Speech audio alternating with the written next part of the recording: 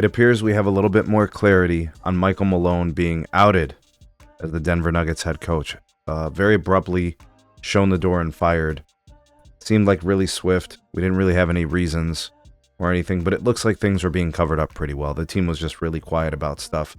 Internally, I'm sure a lot of things showed, right? But it wouldn't necessarily be available to the public. It sounds like most of this was kind of happening very down low, so the general public didn't have access to it. But here's what's being disclosed by NBA insider and analyst Chris Broussard, who has made a living off of, being connected within NBA circles, for what it's worth. If you believe or don't believe him, I totally respect it, but this is someone who's been doing this a very long time, and we'll go with the information for the sake of the discussion.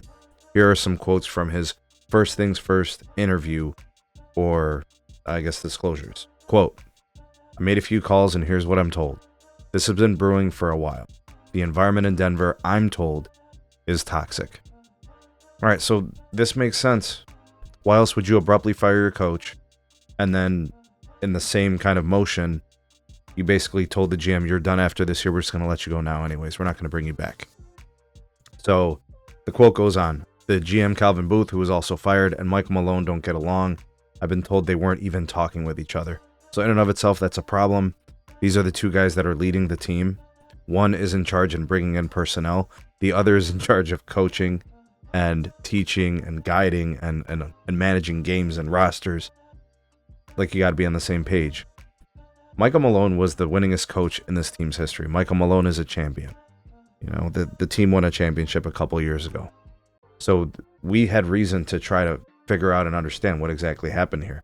Chris Broussard goes on to say, quote, "Michael Malone is an old school hard-nosed coach, and that has rubbed a lot of players the wrong way. I'm even told that if they hadn't won that championship in 2023, he might have been gone at that time." This is what I was saying about this yesterday on the live stream. The winning can often mask the stink, but they weren't winning, right? They had lost 4 in a row. So maybe it's just now's the perfect time to just let everybody go. Nuggets owner Josh Kroenke really didn't want to pick sides between Malone and Booth. It's all toxic, so you're all gone. Crazy time to do it. That's how he finished this quote. Now we have clarity, guys.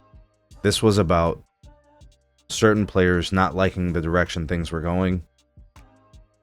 Quote unquote favoritism may have been at play. I think Michael Malone was showing favoritism towards, Joker and Jamal Murray. That has been thrown around. You clearly have a toxic relationship between the coach and the GM, and they were kind of forcing people to take sides.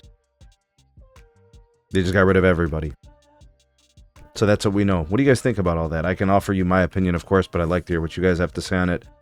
I think getting rid of everybody was, the two, because they created all that problem, is the right choice. I'm not sure about the timing. I may have waited till after the season. To me, I just think it's a timing issue. How do I feel about players having so many feelings about everything? I really don't care about players' feelings.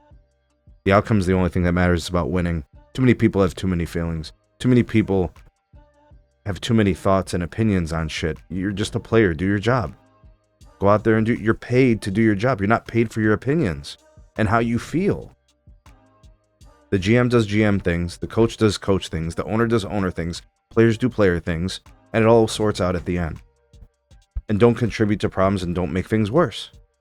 Be an agent of positivity and change. And it looks like there was a bunch of negativity and this all seems bad. I think there's a lot of culpability for toxicity in Denver. I better hope they don't lose Joker in all of this. What do you guys think about all this? Let me know. Comment, like, share, subscribe, check out some more videos. We'll see you guys in the next one.